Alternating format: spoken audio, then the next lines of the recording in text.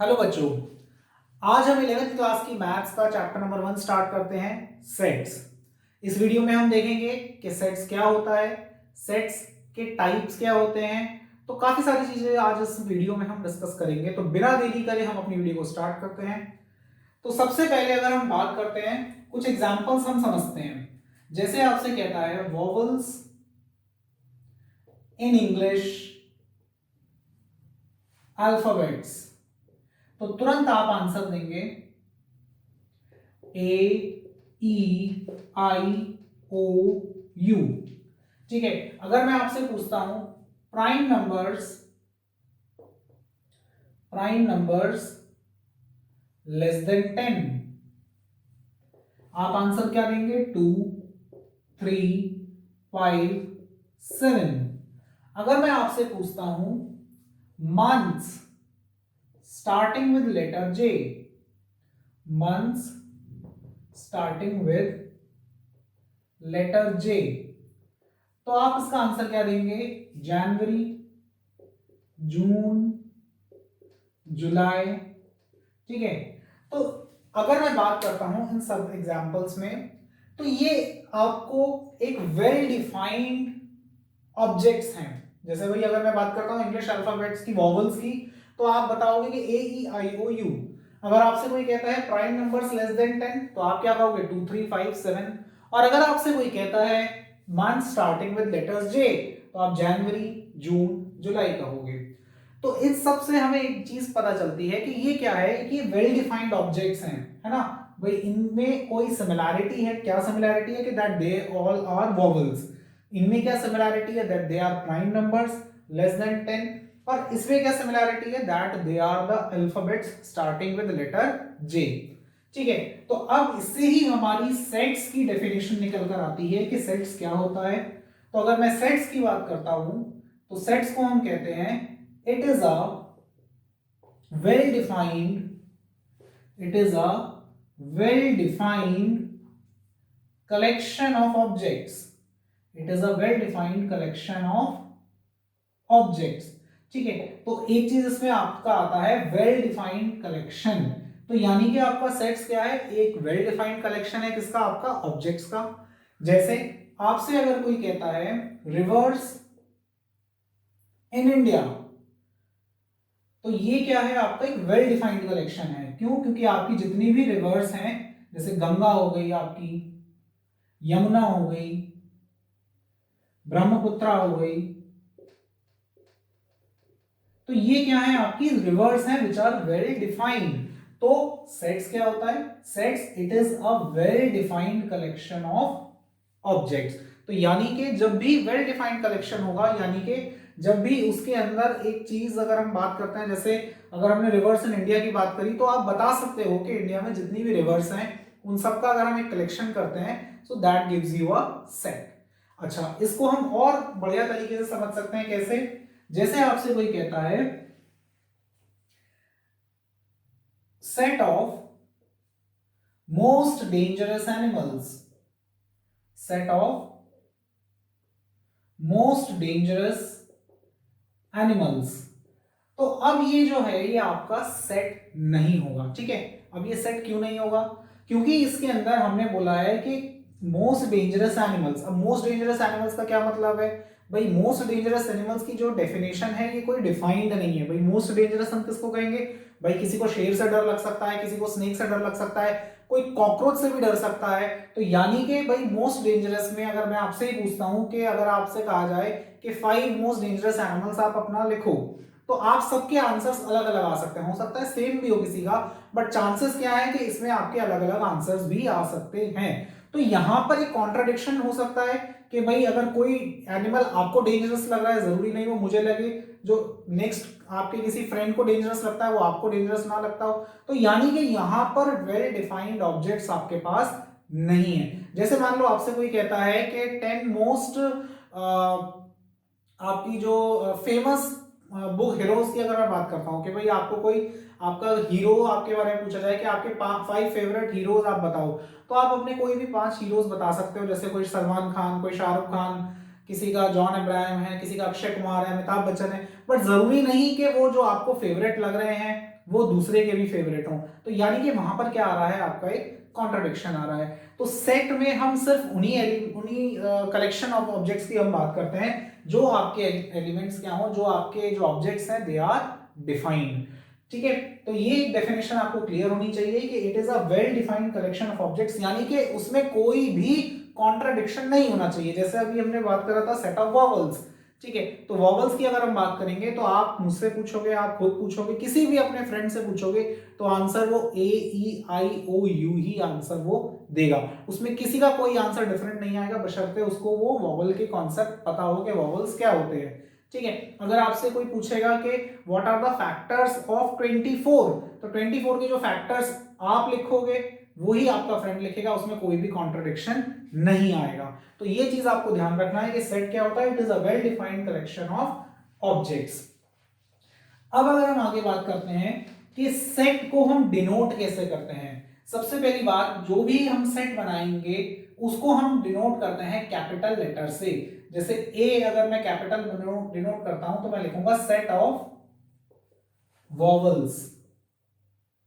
तो जो भी सेट होता है उसको हम किससे डिनोट करते हैं, कैपिटल लेटर से। और उस सेट के अंदर, उस सेट के अंदर जैसे हमने बात करी थी ए ई आई ओ यू, उनको हम क्या बोलते हैं, एलिमेंट्स। जैसे सेट ऑफ वॉवल्स क्या हो गए, आपके वॉवल्स का क्या हो गए, ए ई आई ओ यू, तो ये क्या है, आपके इस सेट के मेंबर्स हैं। हम इनके लिए वर्ड यूज करते हैं क्या, मेंबर्स, हम क्या यूज करते हैं, एलिमेंट्स, और हम वर्ड क्या यूज करते हैं, ऑब्जेक्ट्स। तो आपसे कोई बोले कि एक सेट ए है, सेट ऑफ वॉवल्स, उसके मेंबर्स क्या है, आप लिखोगे ए ई आई ओ यू।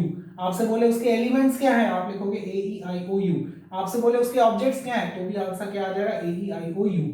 और सेट को हम जितने भी उसके एलिमेंट्स हैं उनको हम एक ब्रैकेट के अंदर क्या करते हैं, एनक्लोज करते हैं। तो ये क्या है, आपका एक जनरल रिप्रेजेंटेशन है कि सेट जो भी होगा उसको हम कैपिटल लेटर से डिनोट करते हैं, और उसके अंदर जो मेंबर्स हैं उनको हम स्मॉल लेटर से डिनोट करते हैं। ठीक है, and they are separated by commas.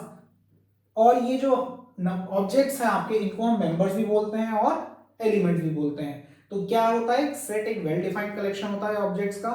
ठीक है, इसके बाद अगर मैं बात करता हूं एलिमेंट्स के बारे में, जैसे आपने देखा इस सेट के अंदर कितने एलिमेंट्स हैं, 5 एलिमेंट्स हैं। ठीक है, 5 मेंबर्स हैं, तो हम क्या लिखते हैं, अगर आपको लिखना है कि इस सेट के अंदर कितने मेंबर्स हैं, तो आप लिखोगे number of elements, number of elements in set ए। तो हम इसको लिखते हैं number of elements in set A is 5। ठीक है, एन हम यहां पर लिखेंगे नंबर ऑफ एलिमेंट्स इन ए कितना है आपका, ये 5। ठीक है, अब मैं आपको कुछ जो हमारे सेट्स हैं, जो कॉमन सेट्स हैं, उनके बारे में मैं डिस्कस करता हूं, उनका रिप्रेजेंटेशन हम कैसे करते हैं।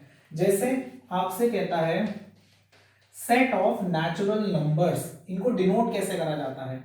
अगर मैं बात करता हूं डिनोशन की, तो सबसे पहले हम लिखते हैं एन। एन क्या होता है, set of natural numbers.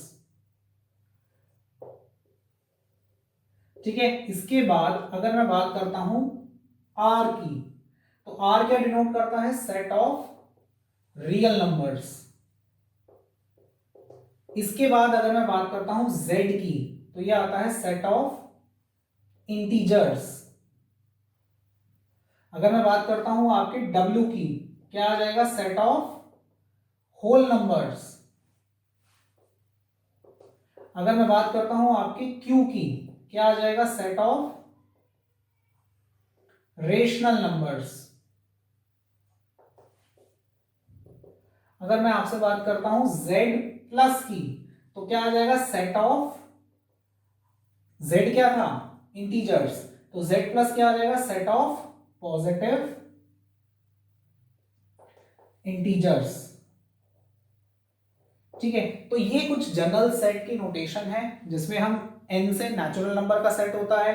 Natural numbers आपको पता है, r से क्या डिनोट करते हैं, आपका रियल नंबर्स, z क्या होता है इंटीजर्स के लिए, w क्या होता है होल नंबर्स के लिए, q आपका किसके लिए होता है, रेशनल नंबर्स के लिए, z प्लस क्या होता है, सेट ऑफ पॉजिटिव इंटीजर्स। तो इस तरह से अगर मैं यहां पर r प्लस लिख दूंगा तो r प्लस का मतलब क्या होगा, set of positive real numbers, set of positive real numbers. तो सबसे पहले आपको ये सारी चीजें याद करनी होंगी, क्योंकि आगे एक्सरसाइजेस में, क्वेश्चंस में हमको वो एन आर इन्हीं फॉर्म में वो रिप्रेजेंट करेगा। तो ये आपको याद करना पड़ेगा कि भाई एन का क्या मतलब होता है, जेड का क्या मतलब होता है, ठीक है, ये सारी चीजें आप याद कर लोगे। इसके बाद आपका अगला एक कॉन्सेप्ट और आता है, जैसे अगर मैंने बात करी, हम लेते हैं set of even numbers less than 10, ठीक है। मान लो आपसे क्या कहता है, set of even numbers less than 10, माने मैंने एक सेट लिया ए और इवन नंबर्स का ये सेट है विच आर लेस देन 10, तो इवन नंबर्स कौन से हो जाएंगे आपके 2 4 6 8, ठीक है। हमने क्या करा, ए क्या डिनोट कर रहा है आपका, set of real numbers, sorry set of even numbers less than 10, तो ए आपने डिनोट करा, ब्रैकेट के अंदर आपने क्या लिखे, इसके एलिमेंट्स लिख लिए। अब आपसे कहता है कि 2 जो है क्या वो इस सेट के अंदर आएगा, आएगा भाई, क्योंकि 2 क्या है हमारा, एक इवन नंबर है और 10 से छोटा है, तो हम इसको क्या लिखेंगे, 2 बिलोंग्स टू सेट ए। भाई इसका मतलब क्या हुआ कि 2 जो है वो सेट ए के अंदर है, तो इसको हम कैसे डिनोट करते हैं, ठीक है। इतनी बड़ी स्टेटमेंट नहीं लिखकर हम क्या लिखेंगे, 2 बिलोंग्स टू ए। ये क्या है आपका एक ग्रीक सिंबल है, इसको हम क्या बोलते हैं, एप्सिलॉन, ठीक है, इसको हम क्या बोलते हैं, एप्सिलॉन, ये आपका ग्रीक सिंबल है। तो एप्सिलॉन क्या बताता है आपका कि जो एलिमेंट ये है आपका जो 2 है, ये किसके अंदर है आपका, सेट ए के अंदर है। जैसे मैं क्या लिखूंगा, 4 belongs to A, 6 belongs to A, 8 belongs to A. यानी कि बिलोंग का मतलब क्या है कि ये एलिमेंट उस सेट के अंदर क्या है, प्रेजेंट है, ठीक है। जैसे 2 बिलोंग्स टू ए का मतलब क्या है कि 2 जो है वो आपका इस सेट के अंदर आ रहा है, इस सेट का मेंबर है, इस सेट का एलिमेंट है, इस सेट का ये ऑब्जेक्ट है। बट अगर आपसे कोई कहता है 5, क्या 5 इस सेट का मेंबर है, नहीं, तो हम क्या लिखेंगे, 5 डज नॉट बिलोंग टू ए। तो ये क्या बिलोंग, ये किसका साइन होता है आपका, डज नॉट का, ठीक है। तो अगर मैं यहां पर लिखता हूं, आप देखो, बिलोंग, इसका मतलब क्या है, बिलोंग्स टू, और इसका मतलब क्या होता है, डज नॉट बिलोंग्स टू। तो ये आपको बहुत एक कॉन्सेप्ट आपको समझना पड़ेगा कि भाई इस सिंबल का क्या मतलब होता है, ये ग्रीक सिंबल है, इसको हम बोलते हैं एप्सिलॉन, और जो भी एलिमेंट इस सेट के अंदर आएगा उसके लिए हम क्या यूज करेंगे, 2 बिलोंग्स टू ए, 2 इस सेट के अंदर है, 4 belongs to A, 6 belongs to A, 8 belongs to A. अब 5 की अगर मैं बात करता हूं, 5 is not in this set, 5 इस सेट के अंदर नहीं है, तो हम क्या लिखेंगे, 5 डज नॉट बिलोंग्स टू ए। तो आपको एक तो सिंबल का मतलब पता होना चाहिए कि सिंबल का मतलब क्या होता है। इसके बाद सेट को रिप्रेजेंट करने का एक तरीका और होता है, एक होती है आपकी रोस्टर फॉर्म और एक होती है आपकी सेट बिल्डर फॉर्म। उसको हम देखते हैं, वो भी इंपॉर्टेंट है, उस पर भी क्वेश्चंस आते हैं आपके। तो सबसे पहले हम बात करेंगे रिप्रेजेंटेशन में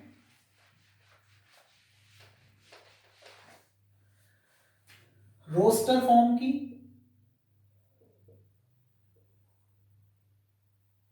एंड सेट बिल्डर फॉर्म, कि भाई सेट में रोस्टर फॉर्म किसको कहते हैं और सेट बिल्डर फॉर्म किसको कहते हैं। रोस्टर फॉर्म की अगर मैं बात करता हूं, रोस्टर फॉर्म के अंदर जो भी सेट है उसके हम एलिमेंट्स डायरेक्टली लिखते हैं एंड उनको हम कॉमास से क्या करते हैं, सेपरेट करते हैं। जैसे बहुत सिंपल है, आपसे क्या कहता है, आपको एक सेट देता है वो ए, आपसे कहता है सेट ऑफ, मान लो आपसे कहता है set of even numbers less than 10, ठीक है। तो अभी हमने देखा था कि इसके अंदर क्या आ रहे थे, आपके एलिमेंट्स आ रहे थे 2 4 6 8, ठीक है। तो आपने क्या करा, इस सेट के एलिमेंट्स को आपने डायरेक्टली लिख दिया कॉमास लगाकर, इसको हम क्या बोलते हैं, रोस्टर फॉर्म, ठीक है। ये क्या कहलाएगी आपकी रोस्टर फॉर्म। और अगर आपको एक सेट देता है, मान लो ऐसे ही 2 4 6 8। तो अब आपसे कहता है कि इसकी सेट बिल्डर फॉर्म आपको बनानी है। सेट बिल्डर फॉर्म में हम क्या करते हैं, सेट बिल्डर फॉर्म में हम इसको एक रूल के थ्रू हम देखते हैं कि, क्योंकि हमने पढ़ा था कि आपके जो एलिमेंट्स होते हैं, जो ऑब्जेक्ट्स होते हैं, दे आर वेल डिफाइंड, तो यानी कि इनके बीच में कोई ना कोई रिलेशन है। तो ये रिलेशन आपको यहां पर दिख रहा है कि क्या रिलेशन है, कि they are even numbers less than 10। तो वो आप जब उसको स्टेटमेंट में लिखोगे, जब आप उसको उसके रूल की फॉर्म में लिखोगे कि क्या रूल है जिससे ये पूरा सेट डिराइव करा जा सकता है, उसको हम क्या लिखते हैं, सेट बिल्डर फॉर्म। जैसे आपसे कहता है, इसको अगर हमें सेट बिल्डर फॉर्म में लिखना है तो देखो कैसे लिखते हैं हम लिखते हैं x such that x is an even number less than 10। ये क्या कहलाएगी, आपकी सेट बिल्डर फॉर्म। देखो आप, ये एक रूल है, यही तो रूल इस पर लागू हो रहा है। आप सेटिस्फाई करके देखो x क्या है, इसको हम देखो रीड कैसे करेंगे, x बिलोंग, ये जो आपका एक कोलन लगता है इसको हम पढ़ते हैं x सच दैट, ठीक है, x सच दैट, इसको हम ऐसे पढ़ते हैं। तो आप क्या पढ़ोगे, x such that x is N even number less than 10। तो ये जो एलिमेंट्स है मैंने इनको x मान लिया, और इनके बीच में क्या रूल आ रहा है कि x जो है वो क्या है, एक आपका इवन नंबर है विच इज लेस देन 10। तो ये आपकी क्या हो जाएगी, एक सेट बिल्डर फॉर्म। तो रोस्टर फॉर्म में हम क्या करते हैं, जो एलिमेंट्स होते हैं उन एलिमेंट्स को हम डायरेक्टली लिख देते हैं कॉमा से सेपरेट करके। मगर जो आपकी सेट बिल्डर फॉर्म होती है, सेट बिल्डर फॉर्म में हम जो रूल दिया गया है, क्योंकि हमने पढ़ा कि सेट क्या होता है, it is a collection of well defined objects. तो well defined collection of objects, तो जो वेल डिफाइंड जो रूल जिससे वो डिफाइन हो रहा है, वो रूल हम क्या करते हैं उसके अंदर मेंशन करते हैं। देखो आपको मैं एक एग्जांपल और बताता हूं उसका। जैसे रोस्टर फॉर्म का आपसे कहता है, आपको एक सेट देता है ए, कहता है आपसे कि अ वर्ड ट्रिग्नोमेट्री, ठीक है। तो आपसे कहता है कि एक सेट है, ठीक है, एक आपका क्या है, एक सेट है, a set of word, set of alphabets. देखो मैं इसको लिखता हूं, ए क्या है, set of alphabets of word trigonometry, ठीक है। तो आप क्या करोगे भाई, एक वर्ड जो है ट्रिग्नोमेट्री, उसके जो अल्फाबेट्स हैं उसका सेट, तो हम क्या लिखेंगे, T R I G N O M E. अब इसमें टी आपका दोबारा आ रहा है तो हम दोबारा रिपीट नहीं करते, ठीक है, हम एक बार ही लिखेंगे, टी को हम सेट के अंदर दोबारा एलिमेंट्स को रिपीट नहीं करते। आर भी हमारा पहले आ चुका है तो दोबारा हम आर को रिपीट नहीं करेंगे, और हम क्या लिख देंगे, वाई। तो ये आपका क्या हो जाएगा, this is the set builder, this is the roster form of this, ठीक है, ये क्या हो जाएगी, इसकी रोस्टर फॉर्म हो जाएगी। अब अगर आपसे मैं एक और एग्जांपल देता हूं इसमें,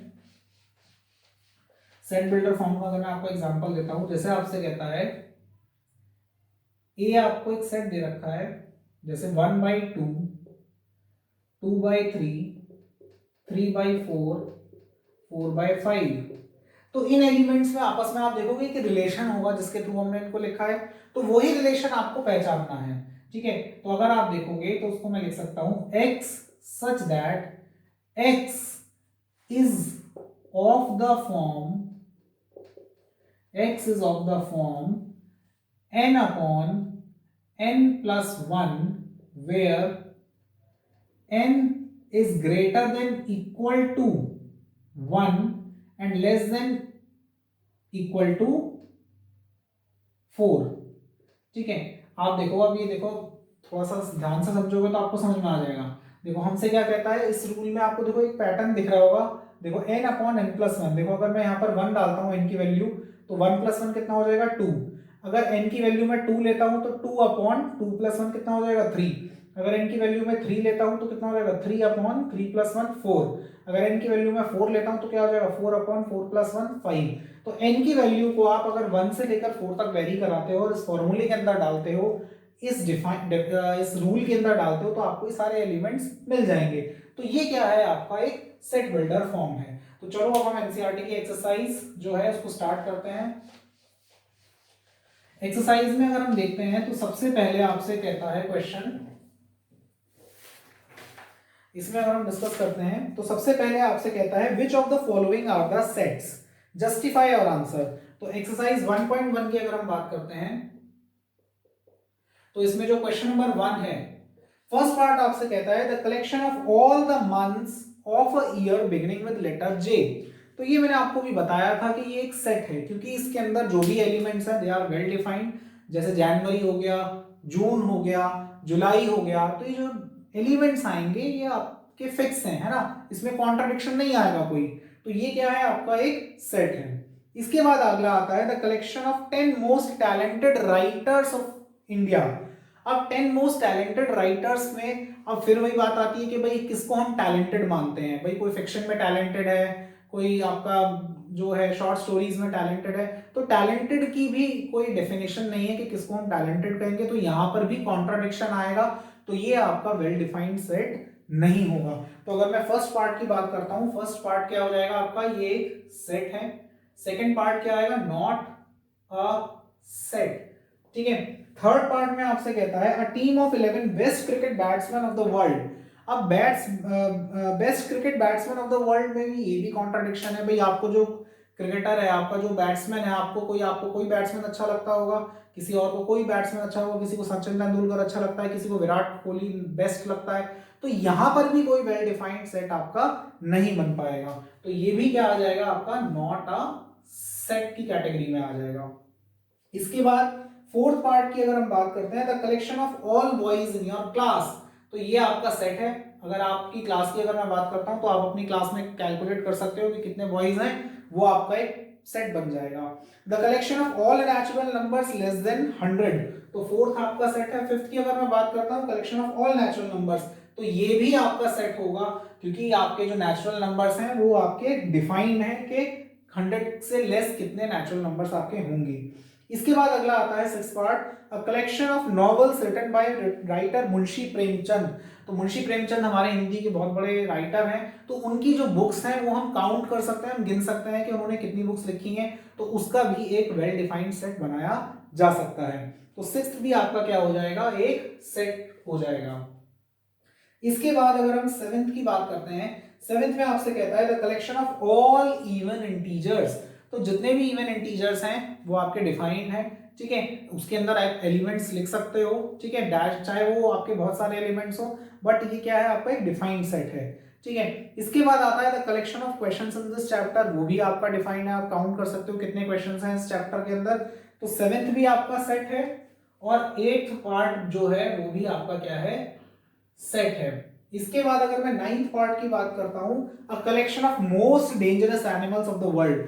अब इसमें फिर वही बात, मोस्ट डेंजरस हम किस कैटेगरी में, किस बेसिस पे हम डेंजरस डिसाइड करेंगे, ये कोई फिक्स नहीं है। तो नाइन्थ आपका जो है ये सेट नहीं होगा। तो नाइन्थ आपका क्या होगा, नॉट अ सेट। ठीक है, तो होप आपको समझ में आया हो। इसके बाद हम आते हैं सेकंड क्वेश्चन पर। सेकंड क्वेश्चन कहता है एक ए सेट आपको दिया गया है और उसमें आपसे कहता है कि you have to insert the symbol of belongs and does not belongs. ठीक है, तो आपको क्या करना है, जैसे क्वेश्चन नंबर 2 में अगर हम बात करते हैं तो एक सेट ए आपको दे रखा है 1 2 3 4 5 6। ठीक है, और फर्स्ट पार्ट हमसे कहता है 5 डैश ए, सेकेंड पार्ट है 8 डैश ए, थर्ड पार्ट है 0।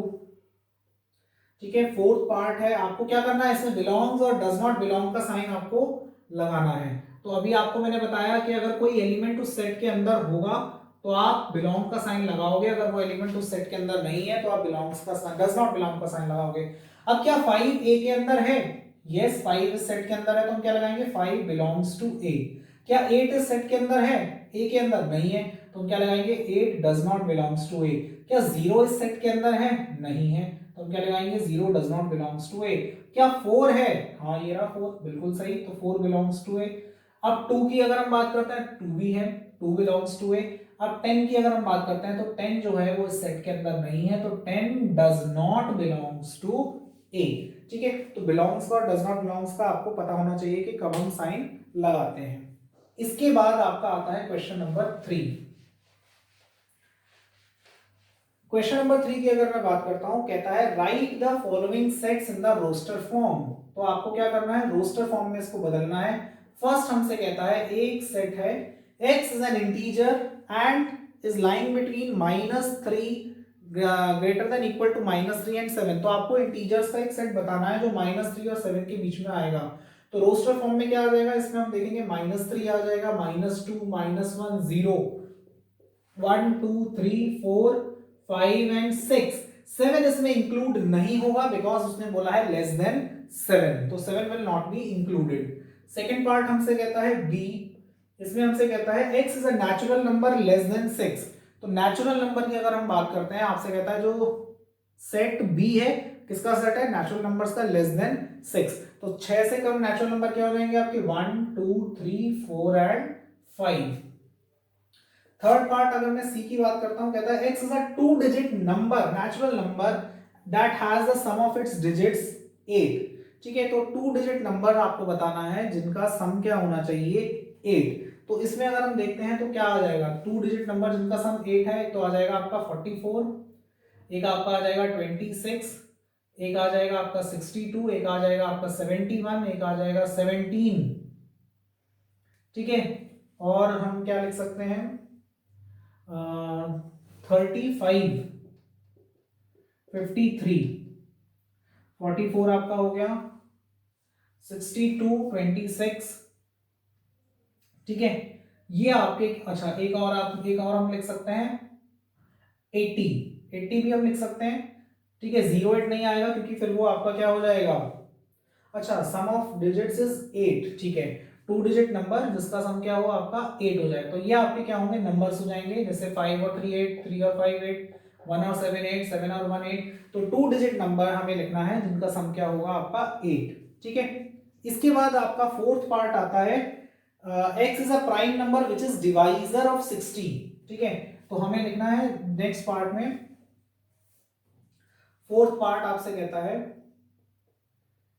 Is a set of prime number which is divisor of 60। ठीक है, प्राइम नंबर जो आपका 60 का डिवाइजर हो।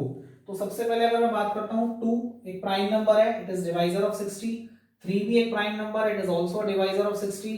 5 भी एक प्राइम नंबर है, वो भी 60 का डिवाइजर है। इसके बाद आपका अगर हम बात करते हैं 6 नहीं है, 7 नहीं है, 8 9 10 11 12 भी नहीं है, 13 14 15। ठीक है, अच्छा इसमें आपका और कोई डिवाइजर नहीं आएगा। ठीक है, 2 3 5 ये आपके डिवाइजर्स आ जाएंगे किसके 60 के। इसके बाद अगर हम फिफ्थ पार्ट की बात करते हैं ई की, इसमें आपसे कहता है the set of all letters of the word trigonometry. तो इसमें क्या आ जाएगा आपका ट्रिग्नोमेट्री, मैंने आपको बताया था कि हम रिपीट नहीं करेंगे, TRIGON,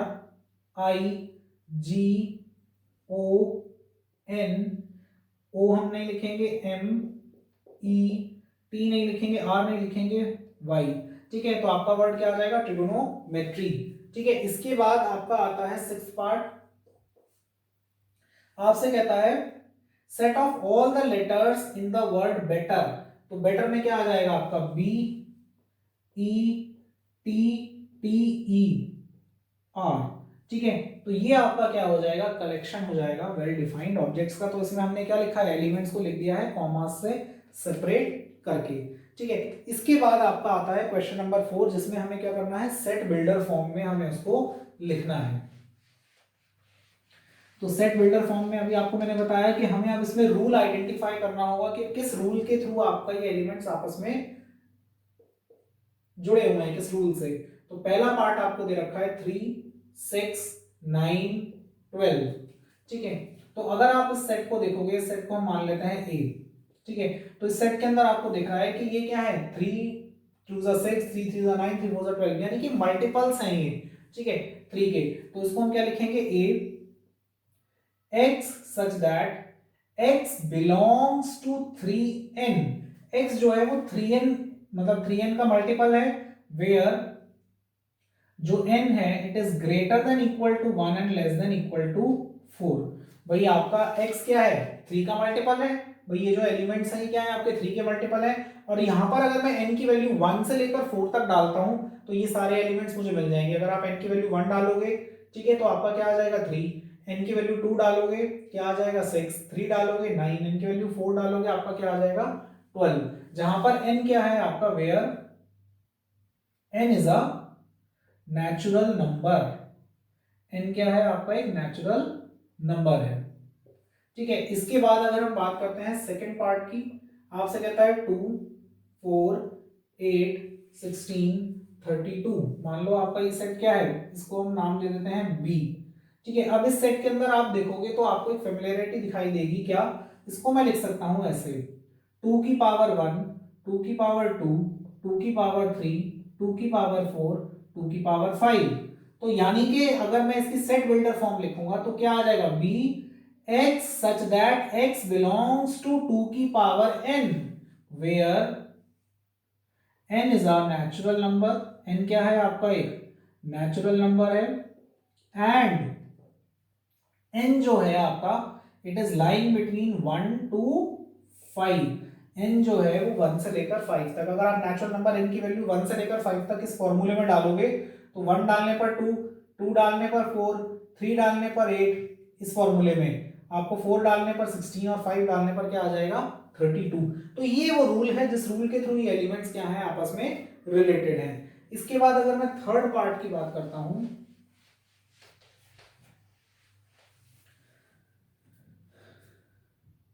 थर्ड पार्ट में आपसे कहता है 5 25 125 625। तो इसको अगर आप देखोगे ये भी अगर हम सेट मान लेते हैं, ये सी सेट है, तो सी क्या आ जाएगा, इसको आप देखो तो ये हो जाएगा 5 की पावर 1, 5 की पावर 2, 5 की पावर 3, 5 की पावर 4। ठीक है, तो आप फिर से लिखोगे सी क्या है, सेट बिल्डर फॉर्म उसकी आ जाएगी x such that x belongs to 5 की power n where n is a natural number, n जो है आपका एक नेचुरल नंबर है और जो n की वैल्यू है it is lying between 1 and 4, n की जो वैल्यू है वो 1 और 4 के आपके बीच में आएगी। ठीक है, फोर्थ पार्ट अगर हम देखते हैं, फोर्थ पार्ट क्या कहता है, इसको हम सेट मान लेते हैं डी, क्या है 2 4 6 डैश डैश डैश। अब आपको देख के लग रहा होगा कि ये तो इवन नंबर्स का सेट है, 2 4 6 8 डैश डैश डैश, तो क्या आ जाएगा x such that x is an element या x is an even number, आप ऐसे भी लिख सकते हो x is an even number। तो क्या होगा x is a set of even number, तो इसमें क्या है आपका जितने भी इवन नंबर्स हैं वो सारे इस सेट के अंदर आ जाएंगे। ठीक है, इसके बाद आपका लास्ट पार्ट बचता है, फिफ्थ पार्ट इसका। फिफ्थ पार्ट की अगर मैं बात करता हूं, फिफ्थ पार्ट में आपसे कहता है 1 4 9 dash dash dash up to 100। तो इस सेट को अगर मैं ई मान लेता हूं तो ई सेट जो होगा, अगर आप ध्यान दो, ये क्या होगा 1 square 2 square 3 square up to 10 square.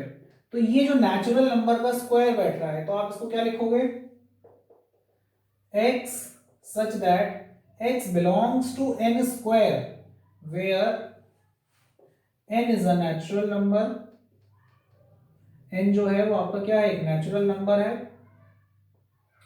और जो n है वो उसकी वैल्यू 1 से लेकर 10 तक है। ठीक है, आप n की वैल्यू 1 लोगे, 1 का स्क्वायर करोगे क्या आ जाएगा 1, n की वैल्यू 2 लोगे, 2 का स्क्वायर करोगे क्या आ जाएगा 4, n की वैल्यू 3 लोगे, 3 का स्क्वायर करोगे क्या आ जाएगा 9। तो इस तरह से आपको कहां तक लेना है, ये 10 तक लेना है, 10 का स्क्वायर आप करोगे कहां तक आ जाएगा, ये 100 तक आ जाएगा। ठीक है, इसके बाद अगला क्वेश्चन डिस्कस करते हैं हम, क्वेश्चन नंबर 5। क्वेश्चन नंबर 5 की अगर मैं बात करता हूं, क्वेश्चन नंबर 5 आपसे कहता है list all the elements of the following sets. तो इसमें आपको एलिमेंट्स लिखने हैं, जैसे एक सेट आपको दे रखा है x is N odd natural number, तो x क्या है आपका एक ऑड नेचुरल नंबर है, तो इसमें हमारे क्या एलिमेंट्स आ जाएंगे, ऑड नेचुरल नंबर्स क्या हो जाएंगे आपके 1 3 5 dash dash dash dash dash. तो ये क्या है आपके ऑड नेचुरल नंबर्स। इसके बाद आपसे कहता है second part x is an integer lying between -1/2 and, देखो -1/2 और 9/2 के बीच में हमें लिखना है। -1/2 कितना हो गया आपका -0.5 और 9/2 कितना हो गया आपका 4/5। तो इनके बीच में आपको एलिमेंट्स लिखने हैं। तो -0.5 के बाद नेक्स्ट इंटीजर क्या आ जाएगा उससे पहले, वो आ जाएगा आपका 0, 1, 2, 3 एंड 4। ठीक है, थर्ड आपका आ जाता है x इज एन इंटीजर, और जो x स्क्वायर है आपका ये लेस देन इक्वल टू है 4।